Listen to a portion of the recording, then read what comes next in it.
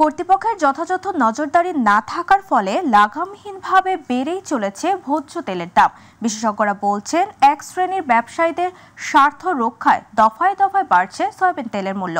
এই অবস্থা থেকে উত্তরণের বাজারজাতকারী প্রতিষ্ঠান মালিকদের উদার মানসিকতায় এগিয়ে আসা প্রয়োজন বলে মনে করছেন তারা।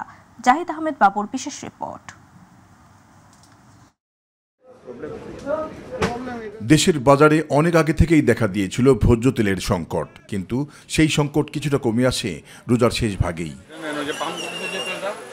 এর কিছুদিন যেতেই বাজারে আবারও দেখা দেয় সয়াবিন তেলের সেই সংকট, আর এই সংকটের মাঝে আবারও বাড়ানো হলো সয়াবিন তেলের দাম। মূল্যটা বৃদ্ধি করতে আমরা বাধ্য হলাম। এই বাধ্যবাধকতাটা আমি মনে করছি সাময়িক। নতুন করে 1 লাফে লিটারে 14 টাকা তেলের দাম বেড়ে যাওয়ায় ভক্তদের কাছে এ যেন মরার উপর খাড়ার ঘা।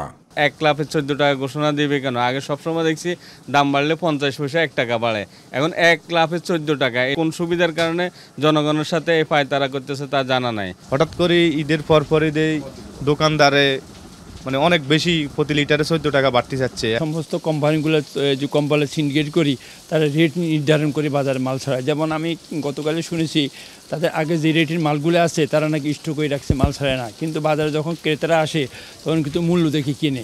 বিক্রেতারা বলছেন, সরকারি ঘোষণার পর থেকে তেলের নতুন দর কার্যকর হয়েছে বাজারে, তাই সেই অনুযায়ী বিক্রি হচ্ছে সয়াবিন তেল।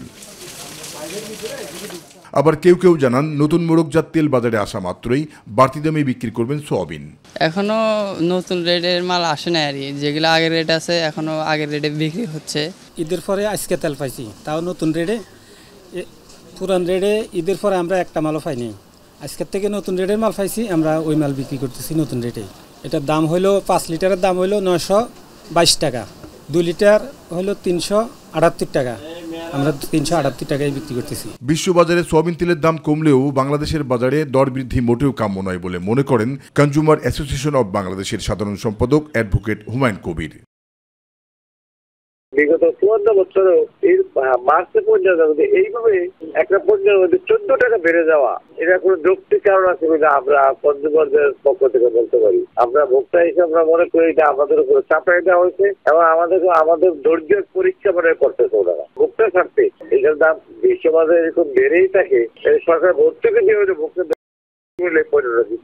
একটি সূত্র বলছে, এখনো পর্যন্ত আন্তর্জাতিক বাজারে সয়াবিন তেলের দাম বেশ খানিকটা নিম্নমুখী। তাই বিশ্বব্যাংকের বিশ্ববাজারে সয়াবিন তেলের দাম কমলেও সেক্ষেত্রে বাংলাদেশের বাজারে বাড়ানো হলো নতুন করে তেলের দাম। এটা একটা মনিটর করতে, ভালো মনিটর, এইসব ফুসাই মুসাই না, স্ট্রং মনিটর করতে হবে, স্ট্রং লোক দিতে হবে, ওই দিয়ে হবে না, আর্মি দিয়ে সাথে দিয়ে লোক দিয়ে পাঠাইতে হবে। আর এই সুযোগে নতুন করে তেলের দাম বৃদ্ধির খবরে রাজধানীর কোথাও কোথাও দেখা দেয় তেলের কৃত্রিম সংকটও। গত ডিসেম্বরে কর ছাড়ের পরেও লিটারে 8 টাকা বাড়ানো হয়েছিল সয়াবিন তেলের দাম, যার সুফল ব্যবসায়ীরা নিলেও বঞ্চিত ছিলেন ক্রেতারা। আর তাই সবাই বলছেন, এই অবস্থা থেকে উত্তরণে ভাঙতে হবে বাজারজাত প্রতিষ্ঠানের সিন্ডিকেট, পাশাপাশি কৃত্রিম সংকট রোধে বাড়াতে হবে কর্তৃপক্ষের যথাযথ নজরদারি। জাহিদ আহমেদ বাবু, মাই টিভি, ঢাকা।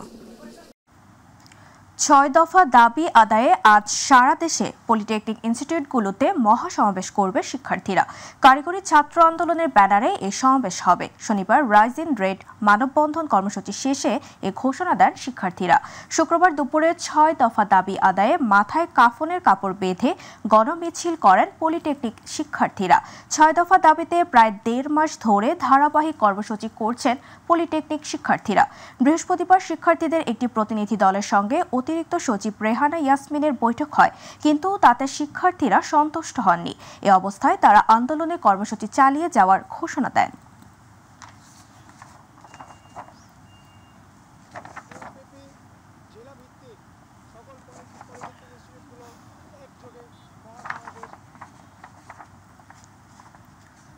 সংস্কারের প্রস্তাব নিয়ে আজ আবারও জাতীয় ঐকমত্য কমিশনের সাথে বৈঠক করবে বিএনপি।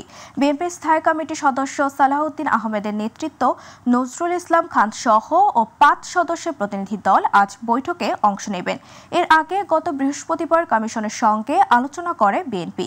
সেদিন দলটির নেতারা বলেন, স্প্রেডশিট পাঠিয়ে বিএনপিকে বিভ্রান্ত করেছে ঐকমত্য কমিশন। আর ঐকমত্য কমিশনের সহসভাপতি ডক্টর আলী রিয়াজ জানান, রাজনৈতিক দলগুলোর সাথে ঐকমত্যের ভিত্তিতে জাতীয় সনদ গঠন করতে চায় কমিশন।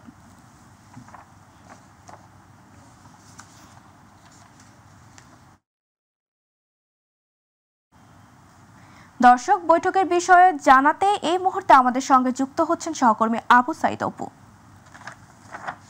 অপু, ঐকমত্য কমিশনের সঙ্গে আজ দ্বিতীয় দফা বৈঠকে বসবে বিএনপি। তো এই বৈঠকের কারণ কিংবা বিষয়বস্তু নিয়ে কি তথ্য আছে আপনার কাছে, আমাদের জানাবেন।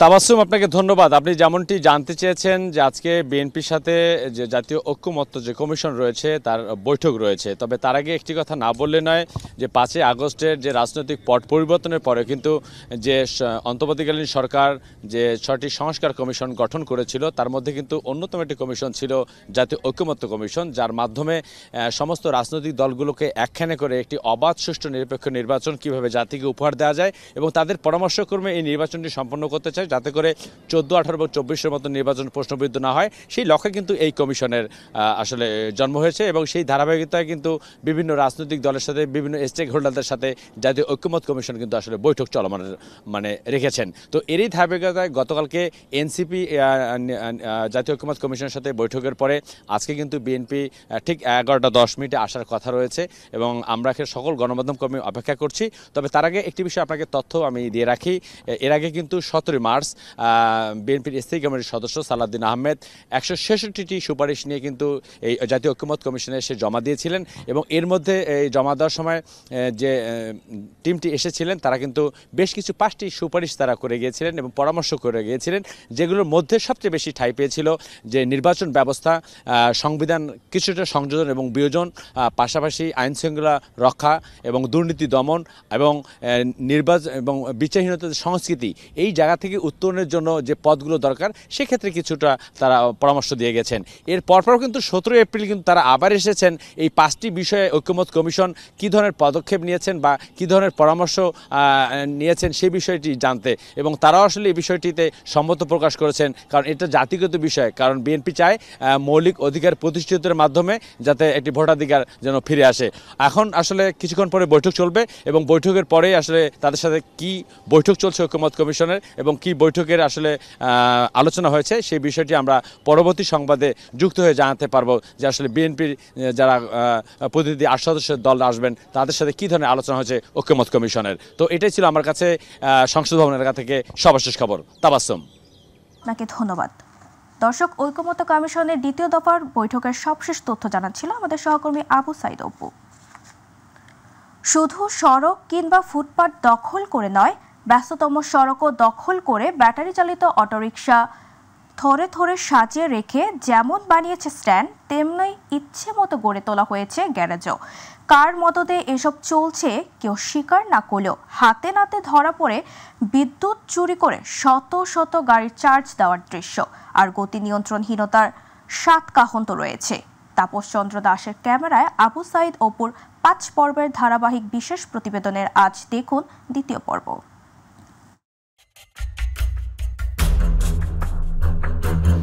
নিকট অতীতে রাজধানীর গণপরিবহন থাকলেও এখন তার চেয়ে দ্বিগুণ বেড়েছে ব্যাটারি চালিত অটোরিকশা। যদিও আগে প্যাডেল চালিত রিকশার সংখ্যা ছিল অনেক বেশি।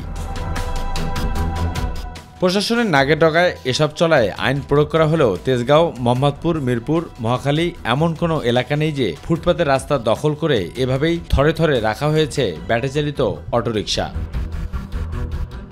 মোটর চালাইতে হলে একটা বৈদ্যুতিক শক্তি দরকার, হয়তো ডিসি এসি দুইটার একটা দরকার হয়। তাহলে এসিতে তো হইলে ডিরেক্ট কারেন্ট দরকার, এটা তো ডিরেক্ট কারেন্ট না, ইনডিরেক্ট, সেজন্য ডিসি কারেন্ট ব্যাটারি দিয়ে চলে মোটরটা। তো এই জন্য বেশি পাওয়ারের জন্য 4টা ব্যাটারি দেওয়া হয়েছে।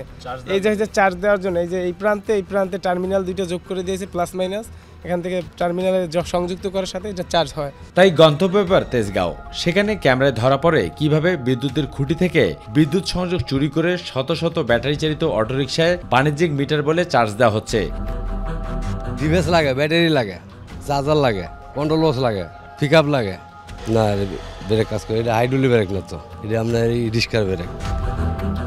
মাই টিভির ক্যামেরা দেখে অটো গ্যারেজ মালিকরা সটকে পড়লেও ব্যাটারি চালিত অটো রিকশা চালকরা তুলে ধরেন দুর্ঘটনার সুনির্দিষ্ট কারণ, কথা বলেন গতিবিধি নিয়েও। ব্রেকের গতি, এটা যে গতি ব্রেক মানে না, বেশি স্পিডে চালালে তো এটা অ্যাক্সিডেন্ট হইতেই পারে, স্বাভাবিক। কত বলতে যা স্পিড আছে এই তুলনায় এই দিশ কাজে ব্রেকের এই যে সিস্টেমটা, এই সিস্টেমটা নাই। আমার মনে হয় অটো রিক্সাটা চলা খুব বিপজ্জনক জিনিস।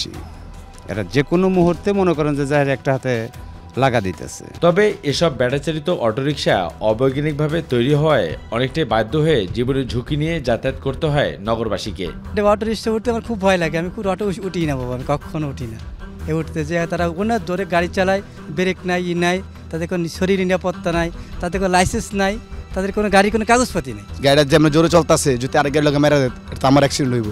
দেখা গেছে আমি হাসপাতাল যাবো না, ড্রাইভার সমস্যা হইব। আস্তে ওভারটেক করে যায়, আস্তে ধীরে যায়, 10 মিনিট পরে যায়, এরকম ধৈর্য নাই মানুষের ভিতরে, অটো ড্রাইভারের ভিতরে। এটা ডান বাম বোঝে না, এরা আওড়া কাওড়া ঢুকায় দিয়া আপনার বড় গাড়ি ছোট গাড়ি ওরা কিচ্ছু মানে না। রাজধানীর মূল সড়ক দাপিয়ে বেড়াচ্ছে ব্যাটারি চালিত অটোরিকশা। তবে রাজধানী নগরীতে কতগুলো অটোরিকশা চলাচল করছে তার সঠিক কোনো পরিসংখ্যান নেই কারো কাছে। স্কুলে না গিয়ে আপনি এই অটো চালাচ্ছেন কেন? অটো চালাচ্ছি, পেটে দেয়, আর কি করবো। স্কুলে যাওয়ার কথা, স্কুলে তো সবাই পড়তে পারে না, স্কুলে পড়তে তো টাকা লাগবো। তোমার তখন স্কুলে যাওয়ার কথা।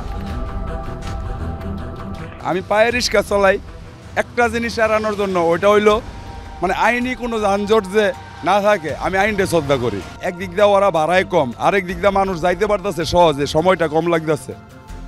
বাণিজ্যিকের নামে আবাসিক মিটারের মাধ্যমে এভাবে বিদ্যুৎ সংযোগ নিয়ে অটোরিক্সার চার্জারগুলোতে চার্জ দেওয়া হচ্ছে, যার ফলে একদিকে যেমন বিদ্যুতের ঘাটতি থেকে যাচ্ছে, অন্যদিকে এসব গাড়ি যে গতি, সেই গতি নিয়ন্ত্রণ না করার ফলে যেমন অনেকে হারাচ্ছেন প্রাণ, তেমন অনেকে পঙ্গুত্ব বরণ করে কাটাচ্ছেন হাসপাতালে বেডে।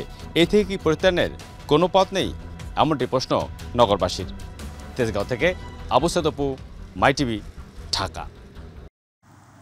ফেব্রুয়ারি থেকে ভ্রমণ নিষিদ্ধ থাকায় এই 2 মাসে দেশের প্রবল সমৃদ্ধ দ্বীপ সেন্ট মার্টিনে স্থানীয়রা ছাড়া পর্যটকদের আনাগোনা নেই। ফলে তুলনামূলক নির্জনতায় নতুনত্ব পেয়েছে সেন্ট মার্টিনের প্রকৃতি। কিন্তু মুদ্রার ওপিঠ হিসাবে এক প্রকার কর্মহীন দিন কাটছে স্থানীয়দের। তাই বিকল্প কর্মসংস্থানের দাবি তুলেছেন প্রবল দ্বীপের বাসিন্দারা। সেন্ট মার্টিন থেকে এম কেফায়েত উল্লাহ খানের তথ্য ও ছবিতে রিপোর্ট করছেন ইলিয়াস কোমল। সাধারণত অক্টোবর থেকে মার্চ পর্যন্ত পর্যটক মৌসুম চলে দেশের একমাত্র প্রবাল দ্বীপ সেন্ট মার্টিনে। সবশেষ মৌসুমে প্রবাল দ্বীপ সুরক্ষায় পর্যটক যাতায়াত সীমিত ও সময় কমিয়ে দেওয়ার কারণে চলতি বছর মাত্র 1.5 মাস পর্যটকদের জন্য আনাগোনা ছিল দেশের পর্যটন কেন্দ্রবিন্দুতে। আগেভাগেই দ্বীপটিতে পর্যটন বন্ধ হয়ে যাওয়ায় এখন বেকার সময় কাটাচ্ছেন দ্বীপের অধিবাসীরা। মাত্র 1.5 মাসের রোজগারে বছরের বাকি সময় কাটাতে হচ্ছে বলে অর্থনৈতিক চাপে রয়েছেন তারা। ইনকাম নাই, আরো হাইতলতে বেশি কষ্ট আছে। ব্যবসা বাণিজ্য একেবারে বন্ধ হয়ে গিয়ে ফিশিংয়ের যে নির্ভরশীল বা যে ফ্যামিলিগুলো আছে এদের অনেক অর্থনৈতিক দুর্বল হয়ে যাবে। মাছ মাইরা এই 1.5 মাস আমরা কিভাবে করে চলবো এটা বলার মতন নাই, আমরা খুব কষ্টে আছি। 1.5 মাসের মধ্যে আমরা যা ইনকাম করেছি এই ইনকাম দিয়ে আমাদের চলাও খুব কঠিন হয়ে যাচ্ছে। দ্বীপের অধিবাসীদের বেশিরভাগেরই প্রধান পেশা পর্যটন নির্ভর ও মাছ ধরা হওয়ায় কর্মহীন হয়ে পড়েছেন তারা। সরকারের কাছে বিকল্প পেশার ব্যবস্থার দাবিও জানাচ্ছেন দ্বীপবাসী। আমাদের জন্য অন্তত এই জীবন জীবিকা নির্বাহ করার একটি উপায় আমাদেরকে বের করে দিলে অত্যন্ত ভালো হয়। আমরা সরকারের কাছে এখন একটা আবেদন করতেছি, আমাদের বিকল্প কর্মসংস্থান করে দিলে অনেক ভালো হতো। এছাড়াও বিভিন্ন সময় ভ্রমণ নিষেধাজ্ঞা শিথিল করতে বিক্ষোভ ও মানববন্ধনের মতো কর্মসূচি পালন করেছেন দ্বীপের কিছু মানুষ। ইলিয়াস কমল, মাই টিভি। এবার আমাদের কৃষি।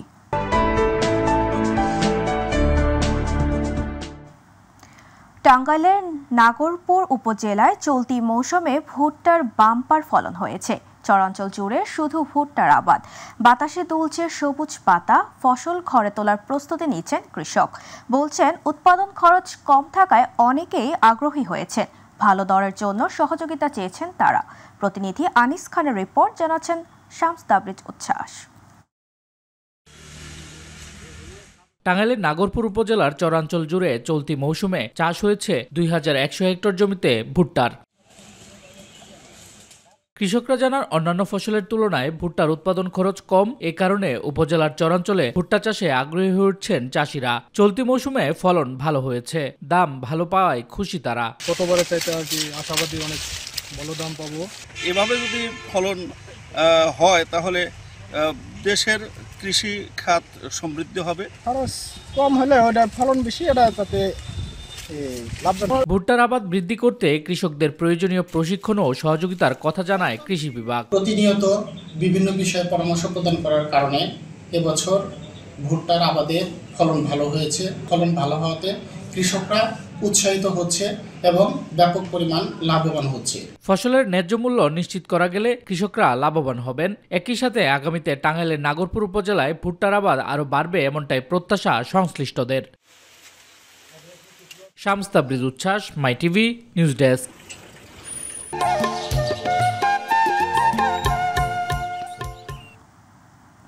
বিএনপির যুগ্ম মহাসচিব শহীদ উদ্দিন চৌধুরী অ্যানি বলেছেন, ৫ তারিখে যেসব থানা লুট হয়েছে সেই অস্ত্র এখনও উদ্ধার হয়নি। এখন পর্যন্ত অস্ত্রগুলো উদ্ধারে কোনো অভিযানও করা হয়নি। অবিলম্বে সব অবৈধ অস্ত্র উদ্ধারে অভিযান শুরু করতে হবে। শনিবার লক্ষ্মীপুর পৌরসভা সদর ও চন্দ্রগঞ্জ থানা যুবদলের প্রতিনিধি সভায় প্রধান অতিথির বক্তব্যে তিনি এসব কথা বলেন। সভায় চন্দ্রগঞ্জ থানা যুবদলের আহ্বায়ক এনায়েতুল্লাহর সভাপতিত্বে ও পৌর যুবদলের আহ্বায়ক ফয়েজ আহমেদ এবং সদর উপজেলা পূর্ব যুবদলের আহ্বায়ক জাহাঙ্গীর আলমের সঞ্চালনায় বিশেষ অতিথি হিসেবে ছিলেন জেলা বিএনপির সদস্য সচিব শাহাবুদ্দিন সাবু, যুগ্ম আহ্বায়ক অ্যাডভোকেট হাসিবুর রহমান সহ আরো অনেকে।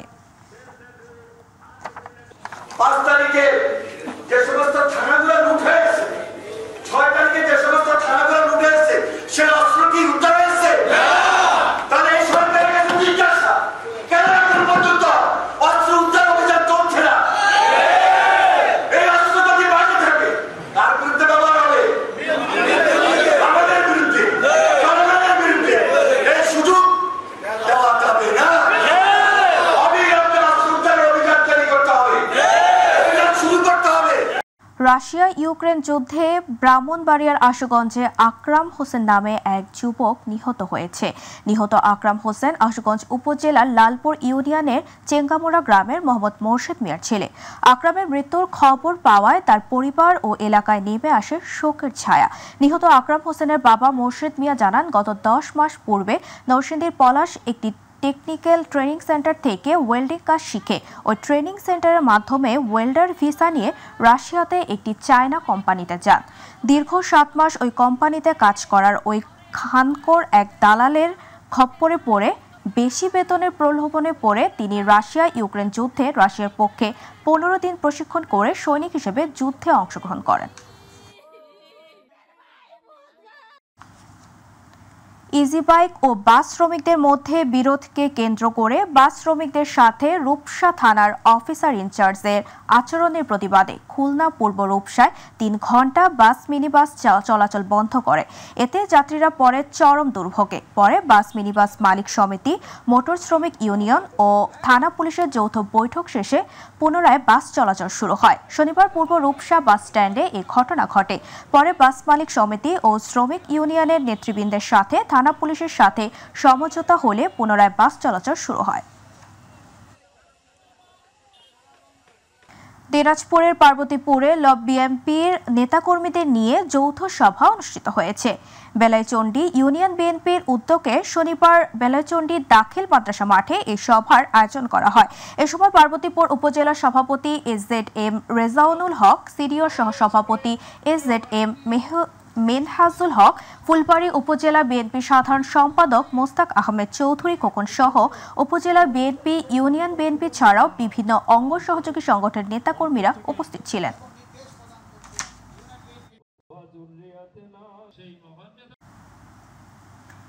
বিশ্ব মুসলিম উম্মাহর শান্তি এবং স্বাধীনতাকামী ফিলিস্তিনিবাসীর মুক্তির কামনায় মাইটিভি পরিবারের জন্য বিশেষ দোয়ার মাধ্যমে যশোরের মাইটিভির প্রতিষ্ঠা বার্ষিকী পালন করা হয়েছে।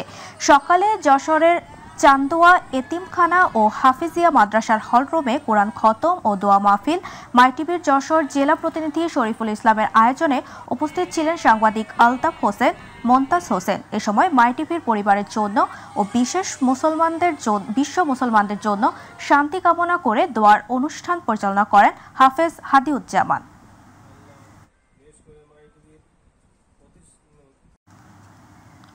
সংস্কারের আগে নির্বাচন হলে ফের চোর ডাকাতরা নির্বাচিত হবে বলে মন্তব্য করেছেন বাংলাদেশ জামায়াতে ইসলামীর নায়েবে আমির অধ্যাপক মুজিবুর রহমান। তিনি শনিবার যশোর কেন্দ্রীয় ঈদগাহ মাঠে জেলা শিক্ষক সম্মেলনে প্রধান অতিথির বক্তব্যে কথা বলেন। শিক্ষক ফেডারেশনের যশোর শাখার সভাপতি অধ্যাপক আবুল হাশিম রেজা অনুষ্ঠানে সভাপতিত্ব করেন। বক্তব্যকালে নায়েবে আমির অধ্যাপক মুজিবুর রহমান উপস্থিত শিক্ষকদের হাত উঁচু করে আগামী নির্বাচনে সততার সঙ্গে দায়িত্ব পালন করার অঙ্গীকার করান। সম্মেলনে বিশেষ অতিথি হিসেবে জামায়াতে ইসলামীর কেন্দ্রীয় নির্বাহী পরিষদ সদস্য মোবারক হোসেন উপস্থিত ছিলেন।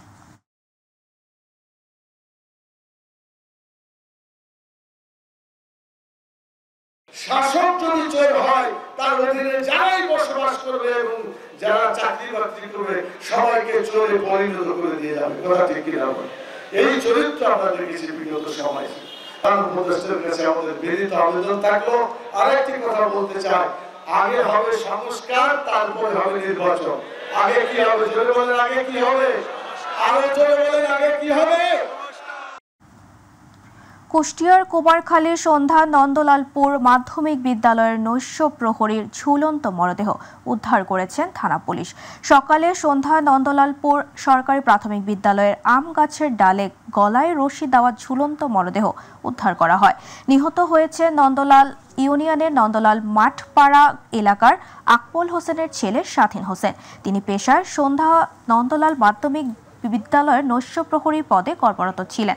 কুমারখালী থানার ভারপ্রাপ্ত কর্মকর্তা মোহাম্মদ সোলাইমান শেখ জানান, নৈশ প্রহরীর ঝুলন্ত মরদেহ উদ্ধার করে ময়নাতদন্তের জন্য পাঠানো হয়েছে। কুমিল্লার মুরাদনগরে জাতীয় নাগরিক পার্টির বাঙ্গরা বাজার থানা শাখার উদ্যোগে বিশাল জনসভা অনুষ্ঠিত হয়েছে। শনিবার পীর কাশিমপুর হাই স্কুল মাঠ প্রাঙ্গণে সভাটি অনুষ্ঠিত হয়। উক্ত জনসভায় প্রধান অতিথি হিসেবে আসন গ্রহণ করেন উপদেষ্টা আসিফ মাহমুদ সজীব ভুইয়া, পিতা মোহাম্মদ বেলাল হোসেন। এছাড়া সভায় উপস্থিত ছিলেন গোলাম কিবরিয়া সরকার, অ্যাডভোকেট ওবায়দুল সিদ্দিকী, মিনহাজুল হক সহ জাতীয় নাগরিক পার্টির নেতাকর্মীরা।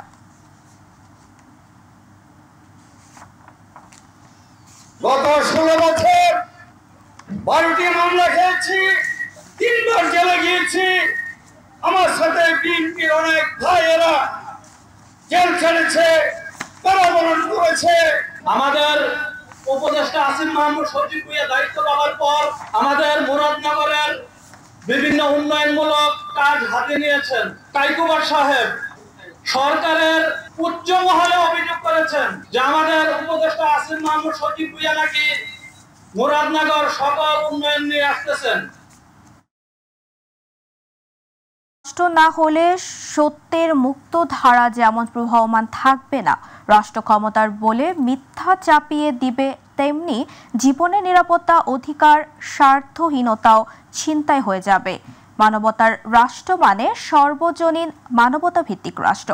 চট্টগ্রামে মানবতার রাজনীতি নিয়ে এক সমাবেশে কথা বলেন আল্লামা ইমাম হায়াত। তিনি আরো বলেন, মানবতার রাষ্ট্রের ভিত্তি স্রষ্টার ভালোবাসায়, স্রষ্টার মহান রাসূলের ভালোবাসায়, সব মানুষের ভালোবাসা, সুরক্ষা, কল্যাণ।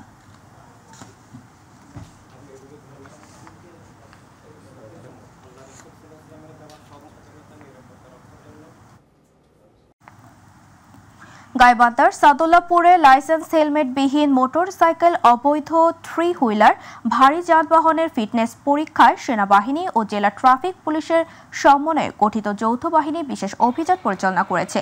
শনিবার সাদুল্লাপুর উপজেলা শহরের চৌরাস্তা মোড়ে অস্থায়ী চেকপোস্ট বসিয়ে বিশেষ অভিযান পরিচালনা করা হয়। এ সময় ড্রাইভিং লাইসেন্স, হেলমেটবিহীন অবস্থায় 3টি মোটরসাইকেল, ফিটনেসবিহীন মাইক্রোবাস, ডাম্প ট্রাক সহ বেপরোয়া গতিতে গাড়ি চালানো বিভিন্ন অপরাধে 10টি মামলার মাধ্যমে 38,500 টাকা অর্থদণ্ড প্রদান ও অসদাচরণ অপরাধে একজনকে আটক করে অবৈধ যানবাহনের বিরুদ্ধে করা যৌথ বাহিনীর সদস্যরা। দেশব্যাপী গণসংযোগ পক্ষ উপলক্ষে কুষ্টিয়ায় কর্মী ও সুধী সমাবেশ করেছে জামায়াত ইসলামী। শনিবার কমলাপুর বাজারে জিয়ারখি ইউনিয়ন জামায়াতের আয়োজনে অনুষ্ঠিত উক্ত কর্মসূচিতে প্রধান অতিথি ছিলেন কুষ্টিয়া জেলা জামায়াতের আমির অধ্যাপক আবুল হাসেম। এ সময় বিশেষ অতিথির বক্তব্য রাখেন কুষ্টিয়া ৩ সদর আসনের জামায়াতের নমিনি ও কেন্দ্রীয় মজলিসের শুরা সদস্য অধ্যাপক ফরহাদ হোসাইন, সদর উপজেলা জামায়াতের আমির মাওলানা শরীফুল ইসলাম সহ আর অনেকে।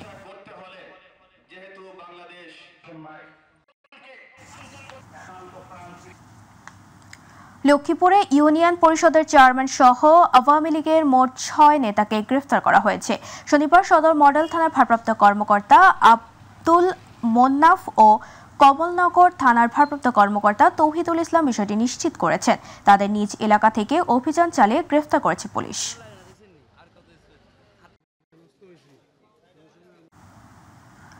মুন্সিগঞ্জের টঙ্গীবাড়ির পাইকপাড়া এলাকায় পুকুর থেকে ৩২৬ রাউন্ড অবৈধ গুলি উদ্ধার করেছে গোয়েন্দা পুলিশ। শনিবার গোপন সংবাদের ভিত্তিতে টঙ্গীবাড়ি উপজেলার দক্ষিণ পাইকপাড়ার একটি বাড়ির পূর্ব পাশে অবস্থিত পুকুরে অভিযান পরিচালনা করে গোয়েন্দা পুলিশ।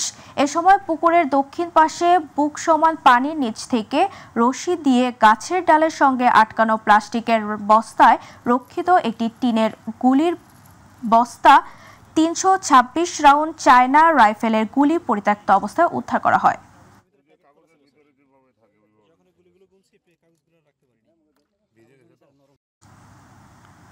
আগামী জাতীয় নির্বাচন ২০২৬ সালের জুনের পরে হলে তা গ্রহণযোগ্য হবে না বলে মন্তব্য করেছেন বাংলাদেশ জামায়াতে ইসলামী সেক্রেটারি জেনারেল অধ্যাপক মিয়া গোলাম পরোয়ার। বান্দরবান জেলা জামায়াতের আমির এস.এম. আব্দুস সালাম আজাদের সভাপতিত্বে অনুষ্ঠানে বিশেষ অতিথি হিসেবে উপস্থিত ছিলেন Bangladesh Jamaat-e Islami assistant secretary general Mohammad Shahjahan, Chittagong মহানগরীর আমির ও সাবেক এমপি আলহাজ শাহজাহান চৌধুরী, জেলার নায়েবে আমির অ্যাডভোকেট মোহাম্মদ আবুল কালাম সহ জেলা উপজেলার কর্মী ও নেতারা।